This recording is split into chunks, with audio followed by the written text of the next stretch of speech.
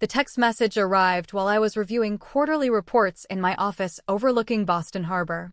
3 sentences that managed to be both apologetic and insulting in equal measure. Hi Morgan. We've decided to keep Thanksgiving small this year. Just immediate family. Hope you understand. Aunt Patricia. I read it twice, parsing the subtext that screamed louder than the actual words.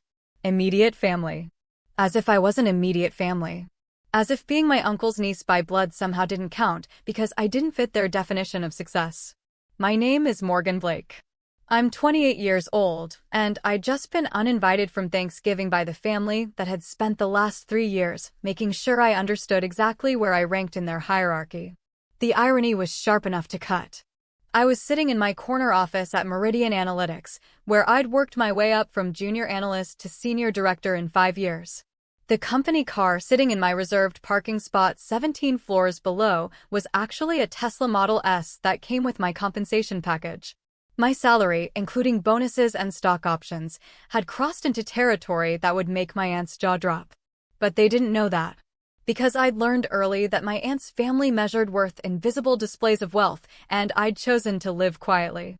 Comfortably, but quietly. My mother had been Patricia's younger sister. Mom died when I was 19, halfway through my sophomore year at a state university I was attending on scholarships and student loans. My father had left when I was 4, no contact, no support, just gone. Mom had worked 2 jobs to keep us afloat, and when she passed from a sudden heart attack, I'd been left with her debts and her dreams for me. Uncle Richard and Aunt Patricia had attended the funeral, offered condolences, and then largely disappeared from my life.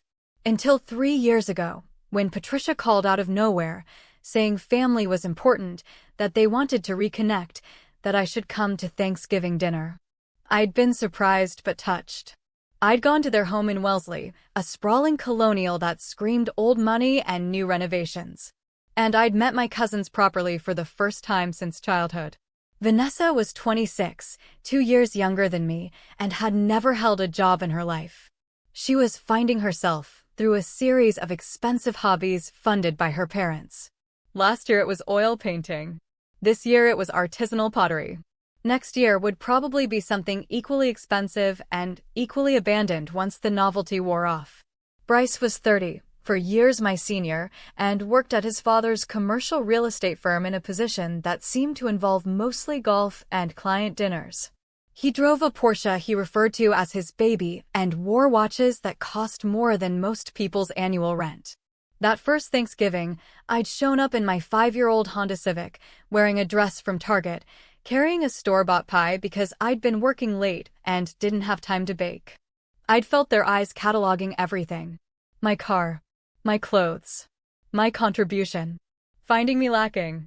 Morgan works in, what is it again? Something with numbers. Patricia had said, introducing me to the other guests. 8 syllables that managed to reduce my career to something vaguely embarrassing. I'm a data analyst, I'd said. At Meridian Analytics. Oh, how practical, Patricia had replied, the pause before practical speaking volumes. The evening had been a masterclass in subtle dismissal. Conversations that shifted when I tried to contribute. Questions about my life that felt more like interrogation than interest. Vanessa asking if I'd considered doing something with my appearance to help with career advancement. Bryce giving me networking advice that assumed I was struggling. I'd gone back the next 2 years because I'd wanted family. Because Mom had loved her sister, and I'd hoped to find some connection to her through Patricia's family. Because I'd been lonely and stupid enough to think that blood meant something. This year, they'd uninvited me. I forwarded the text to my assistant.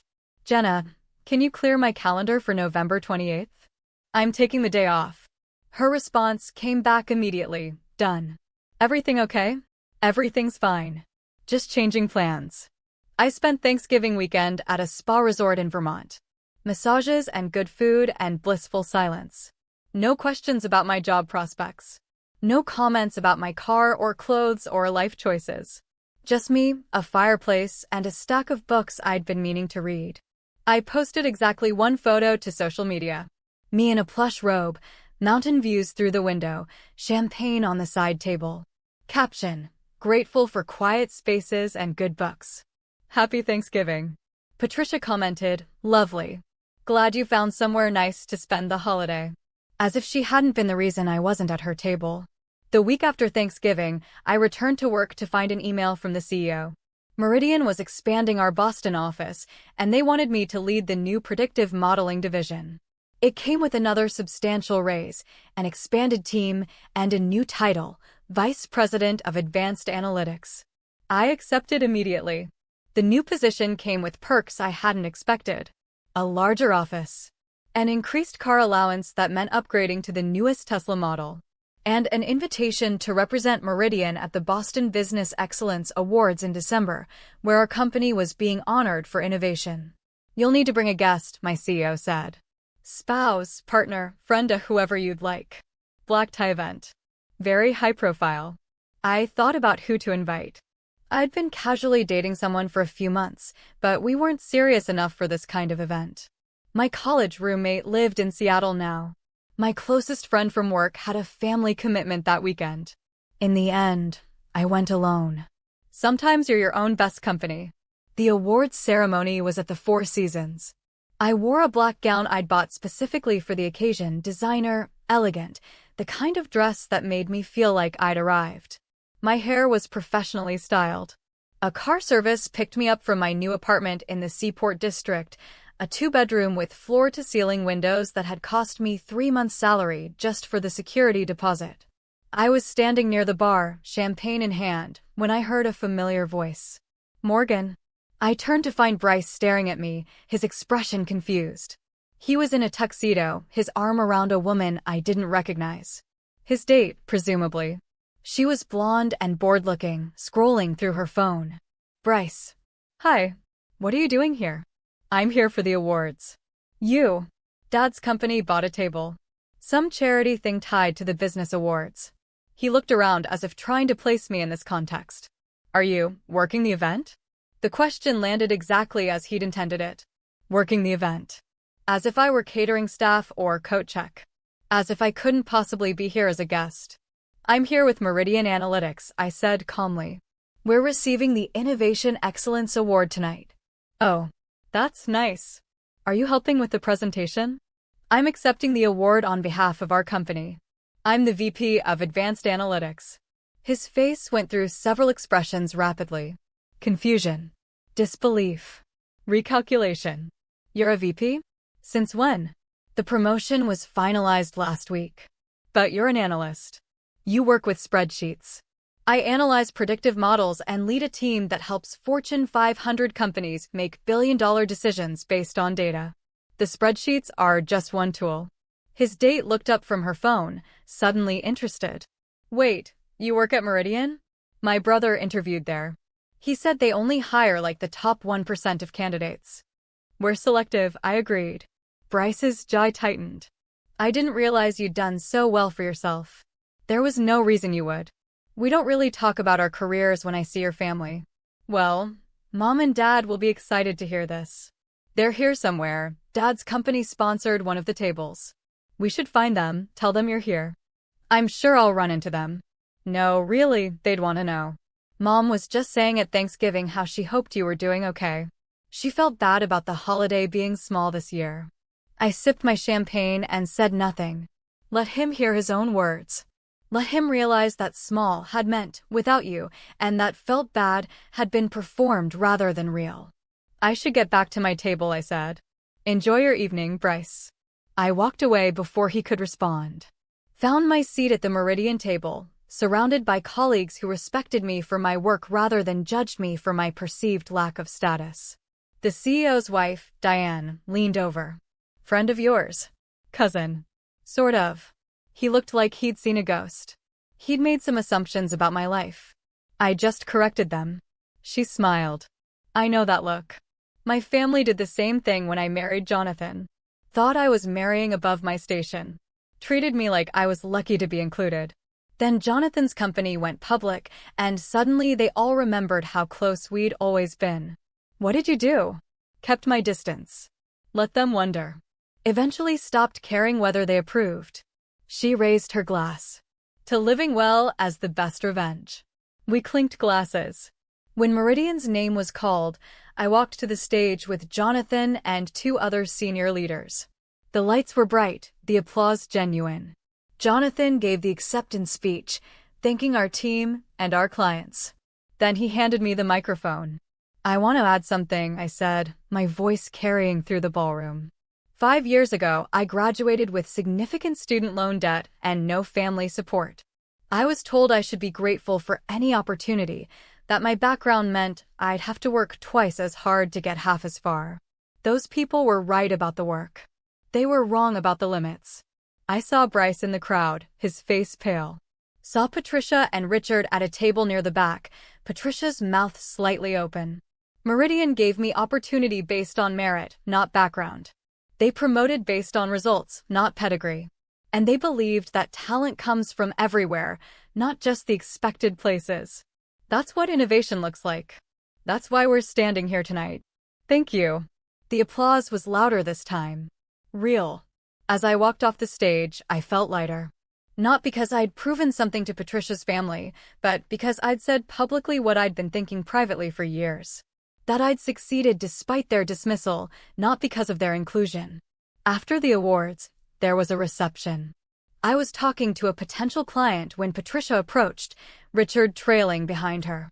She was in a gown that probably cost as much as my first car, dripping with jewelry that caught every light in the room. "Morgan, darling, we had no idea you were going to be here." "It was a last-minute invitation," I said, which was true enough. "And your speech.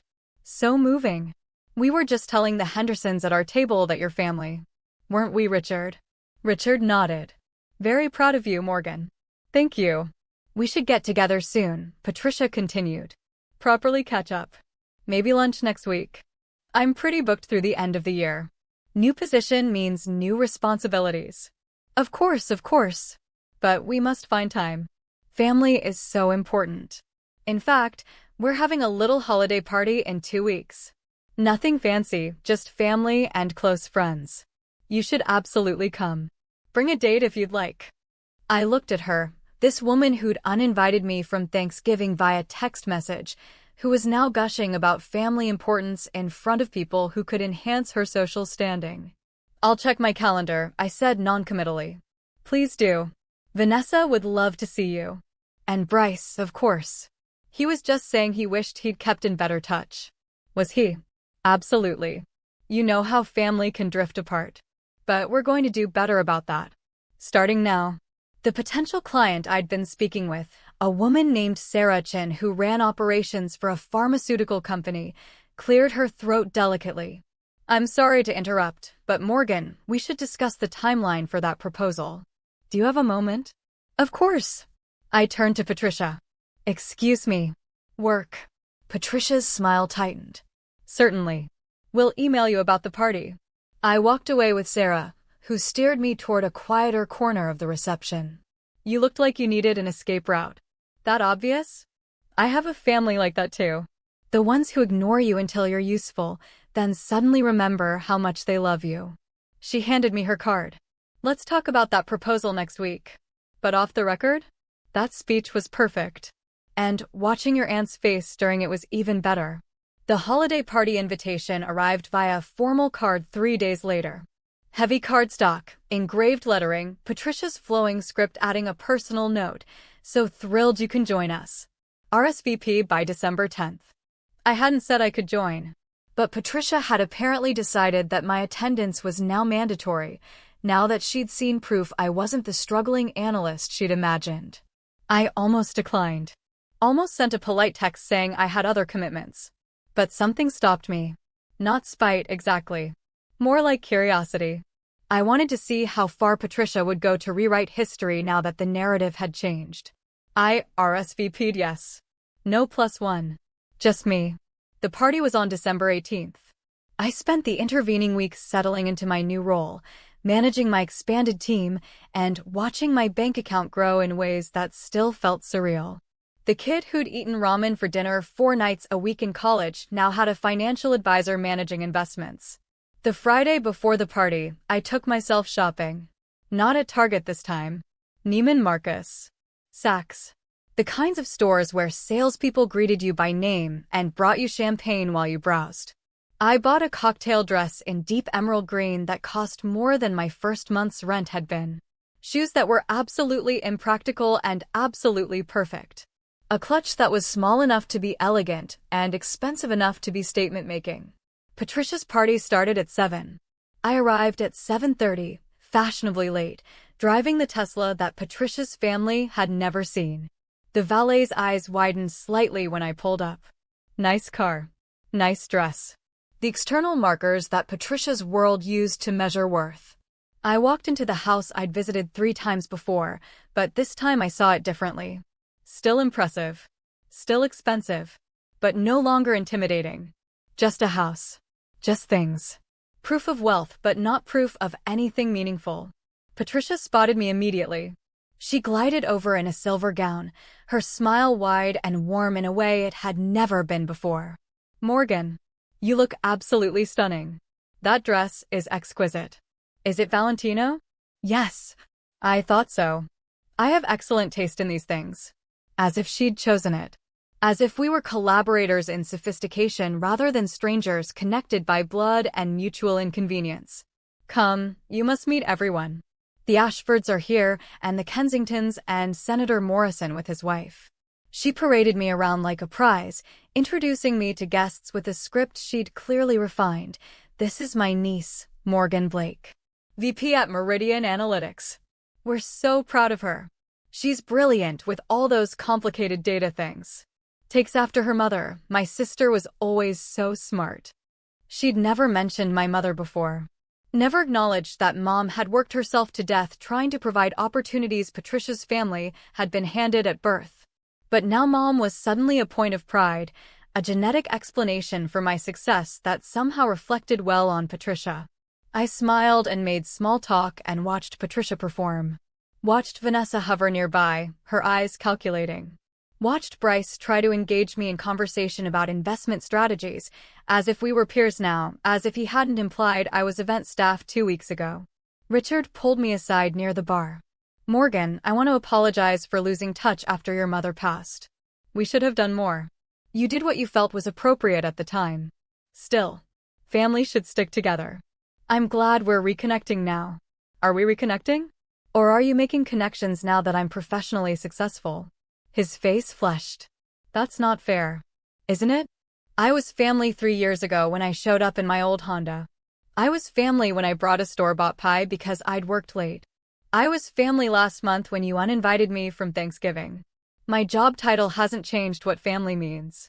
Just what it means to you. Morgan, you have to understand. I understand perfectly. You measured me by your standards and found me wanting. Now I meet those standards, so suddenly I'm worth including. That tells me everything I need to know about what family means in this house. I walked away before he could respond, heading for the bathroom to collect myself. But Vanessa intercepted me in the hallway. We need to talk. Do we? Look, I know we weren't always close. But Mom really wants to build a relationship with you now. Now. That's the key word, isn't it? You can't blame her for being cautious before. She didn't know you well. You'd been out of our lives for so long. She chose that distance, Vanessa. Just like she chose to uninvite me from Thanksgiving. Just like she's choosing now to include me because it makes her look good to have a successful niece. Vanessa's expression hardened. You think you're better than us now. That's what this is about. No. I think I'm exactly who I've always been. You're the ones who are treating me differently. Because you hid what you were. You let us think you were struggling. You showed up in that terrible car, wearing cheap clothes, acting like you were barely getting by. You made us feel sorry for you. I never asked for your pity. I was living within my means while building my career. Nothing about that was deceptive. You could have told us about your promotions. Your salary. Your success. Why would I? So you could measure me against your standards? So you could decide I was finally worthy of basic respect. I shook my head. The fact that you think I owed you a financial disclosure to be treated like family tells me everything. That's not what I meant. It's exactly what you meant. You want to know why I didn't share? Because I learned early that you only valued things you could see and measure. My character, my work ethic, my resilience, none of that mattered unless it came with visible proof. So I stopped trying to prove anything. Vanessa's face crumpled slightly. Real emotion breaking through the practiced poise. Do you know what it's like to be told your whole life that you're special, that you're destined for great things, and then watch your cousin who had nothing succeed while you're still trying to find yourself? Yes, actually. I know exactly what that's like. Except I was told I'd have to work twice as hard for half the recognition. And I did work twice as hard. And I didn't expect anyone to celebrate me for it. Mom really does want to be in your life. Mom wants to be associated with my success. That's different from wanting to be in my life. If my title changed tomorrow, if I lost my job, do you think she'd still be introducing me to senators? Vanessa didn't answer. Couldn't answer because we both knew the truth. I returned to the party. Smiled at the right people. Made the right small talk. And at 9 o'clock, I found Patricia to say goodbye. Leaving so early? The night is young. I have work in the morning. On a Saturday? Leadership doesn't keep regular hours. Of course, of course. Well, this was wonderful. We'll do this again soon. Maybe you and I can have lunch, just us? I'd love to hear more about your work. Maybe, I said, non-committal. She walked me to the door.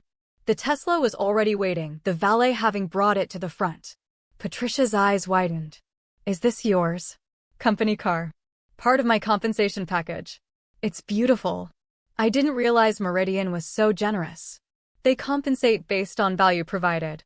It's a refreshing approach. I got in the car and Patricia leaned down to the window. Morgan, I know things were complicated when you were younger. But I hope we can move forward. Build something real. Real based on what, Aunt Patricia? My job title? My car? My dress? What happens when those things change? That's not fair. I'm trying. You're performing. There's a difference. I started the engine. Thank you for the party. It was illuminating. I drove away, watching the house shrink in my rearview mirror. The last time I'd see it, probably. I didn't feel sad about that. Just clear. If you've ever been judged by family for not meeting their standards of success, only to have them suddenly embrace you when you exceed those standards, you understand the hollowness of their approval. It's not real relationship. It's transaction. And once you see it for what it is, you can't unsee it. Monday morning, I was in my office when my assistant buzzed. You have a visitor. Says she's your cousin. Vanessa appeared in my doorway, looking uncomfortable in jeans and a sweater, so different from the polished version at the party. Can I talk to you? I'm surprised you came all the way into the city. I needed to say something in person. She sat down uninvited. You were right. About everything. About Mom, about the way we treated you, about all of it. What changed your mind? I went home after the party and couldn't sleep. Kept thinking about what you said. About us only valuing things we could measure. And I realized that's exactly what Mom taught us. That success means visible wealth. That people are worth what they own and display. And I've spent my whole life trying to become something measurable because that's the only kind of achievement she recognizes. Vanessa, let me finish. You built a career. A real career based on skills and work. And we diminished it because it didn't look impressive to us on the surface. Because you didn't perform wealth the way we expected. And that's horrible. That's shallow and horrible, and I'm ashamed. I studied her. Looking for manipulation, for agenda. Finding only exhaustion and something that might have been genuine regret. What do you want from me? I don't know. Understanding, maybe? Permission to do better. She laughed without humor. I'm 26 years old, and I've never held a job. Never had to prove myself. Never built anything that wasn't funded by Daddy's money.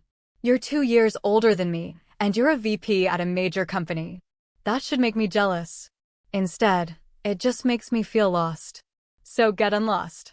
Find something you actually care about instead of hobbies your mother approves of. Build something real. I don't know how. Yes, you do. You just don't want to do the hard parts. You want the outcome without the work. She flinched. That's harsh. It's true. And you know it's true or you wouldn't be here. Will you help me? Not with money or connections. Just advice? How did you figure out what you wanted? I thought about my answer. About whether I owed this woman anything. About whether helping her was enabling the same family dynamics I'd just walked away from. I'll give you one piece of advice, I said finally. Stop asking what other people think you should do. Stop trying to become something impressive. Just find something that matters to you and do it consistently. Success comes from competence, and competence comes from repetition. Everything else is just performance. That's it. That's it. The rest is work. And nobody can do that for you. She nodded slowly. Stood up. Thank you. For being honest. And for not pretending we're close when we're not. We could be close. Someday. If you want that for real reasons, not because I have a nice office now. I'd like that. The real version, I mean. After she left, I sat looking out at Boston Harbor, thinking about family and connection and what we owe to people who share our blood but not our values. I didn't owe Patricia anything. Didn't owe her my time or my attention or my presence at events designed to make her look good. But Vanessa? She was trying. Failing, probably. But trying. And maybe that was worth something. My phone rang. Sarah Chin, the pharmaceutical executive from the awards ceremony. Morgan? I wanted to follow up on our conversation. We're ready to move forward with Meridian on the predictive modeling project. Can you lead the team? Absolutely. When do you want to start? January 2nd. New year, new initiatives. Also, and this is purely social, my family is having a New Year's Eve party. Small gathering, mostly business friends and family. Would you like to come? No pressure, just thought you might enjoy meeting some people outside of work context. I thought about it. About what it meant to build community based on shared values rather than shared genetics. About choosing the people who chose you. I'd like that. Thank you. Great. I'll send details. And Morgan? I saw you with your aunt at the awards ceremony. Then I saw you leave your family's party early the other night. We're neighbors, actually. I was at the Hendersons' place across the street. I recognized the look on your face. What look? Freedom. The look of someone who just gave themselves permission to walk away from people who don't see them clearly. Is it that obvious? Only to people who've done it themselves. See you in January. Christmas came and went. I spent it volunteering at a homeless shelter, serving meals to people who reminded me of my mother. How close we'd come to this. How easily circumstance could shift from stable to desperate. Patricia sent a gift. Expensive perfume and a card that said, "To my brilliant niece. Let's make next year special." I donated the perfume to the shelter. Didn't respond to the card. On New Year's Eve, I went to Sarah's party. Met her family, warm, funny people who asked about my work because they were genuinely interested, not because they were cataloging my worth. Met her friends, a mix of professionals and artists and teachers, people who measured success in different ways.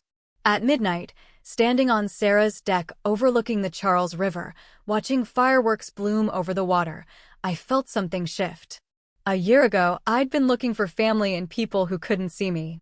Now I was surrounded by people who did. New year, new beginning? Sarah asked, handing me champagne. Something like that. Your aunt tried to friend me on LinkedIn last week. Sent a message about wanting to connect our families professionally. Of course she did. I ignored it. Just thought you should know. Thank you. For what? For seeing the situation clearly. For not making me explain why her sudden interest isn't sincere. People like your aunt, they see relationships as transactions. You're not a person to her. You're an asset she failed to properly invest in, and now she's trying to buy back in. Sarah raised her glass. To choosing better. To building real instead of performing perfect. We clinked glasses as fireworks exploded overhead, reflecting off the river in bursts of gold and silver and blue. The year turning over. The future opening up. In February, I got a text from Vanessa. Started volunteering at a literacy center. Teaching adults to read. It's hard and I'm terrible at it, but I really like it. Thanks for the advice. I wrote back, proud of you. Keep going. In March, Patricia called. I let it go to voicemail.